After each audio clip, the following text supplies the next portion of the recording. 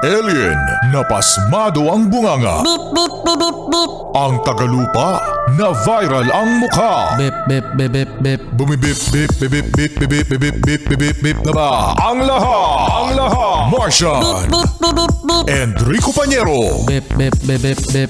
Beep, beep, beep, Bip, bip, bip, bip, bip. Bip, bip, bip, bip, bip. Titilaok! Titilaok! Beep, beep, beep, beep, beep. Ito na ang 101.1 Yes FM Balitang Hoy! Mga Yes Friend, dahil sa nalalapit na ang 2028. Hoy, Rico Pañero, February 2026 pa lang. Nalalapit na. Sino mga Yes Friend ang gustong mag 2028 na? Ako!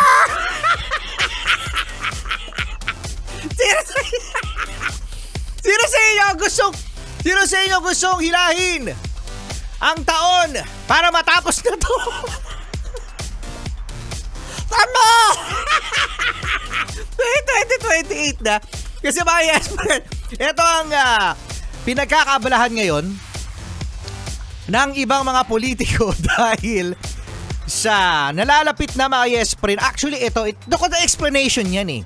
Ang mangyayaring eleksyon mga Yes Friend sa 2028 ay national.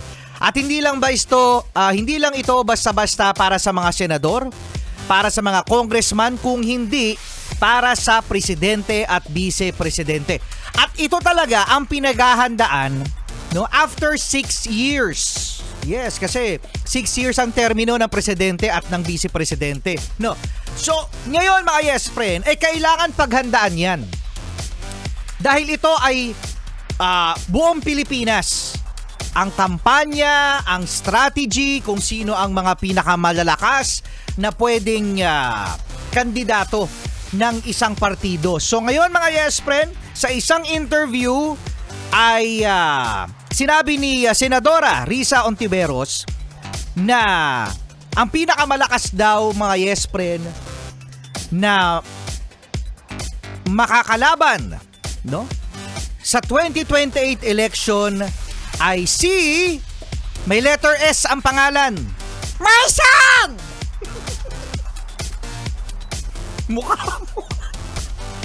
Mukha mo. Syempre, sino pa ba? Alam naman ng lahat yan, mga Yes Friend. Si VP Sara Duterte. Ay nako. Siya talaga, mga Yes Friend, ang kailangan talagang banggain. Dahil napakalakas talaga when it comes sa survey na habang inaapi, no, ng ating administrasyon. Aminin naman natin mga Yes Friend, wag na tayo mag-sugarcoat, no? Laging pinag-uusapan, laging merong nasisilip, no, na mga ka-isyuhan, lalong lumalakas. Tapos ang tumitira, Nagiging negative! Nagiging negative! hindi ba nila papansin nyo, mga Yes Friend, tandaan na 32 million ang nakuhang boto ni VP Sara noon, no? At kung hindi ako nagkakamali, ang nakuha ni BBM last election ay 31 yata. Kung hindi ako nagkakamali, please correct me. Kasi nakita ko lang sa balita, sa research ko mga Yes Friend, ay 32 million kay VP Sara. At kung titignan natin mga Yes Friend, ay ang lakas ni VP Sara sa OFWs, sa Visayas at saka sa Mindanao. O sige, sa inyo na yung Luzon! Binigay Sa inyo na yung Luzon, okay?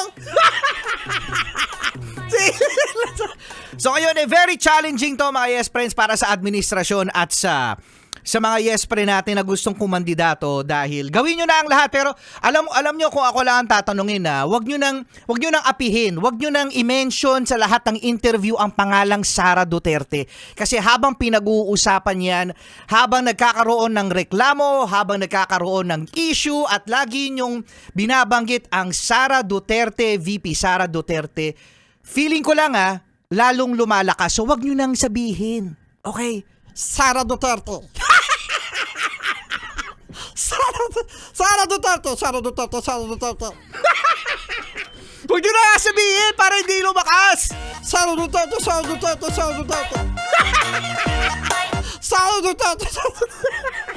Huwag na. Lalong lumalakas eh.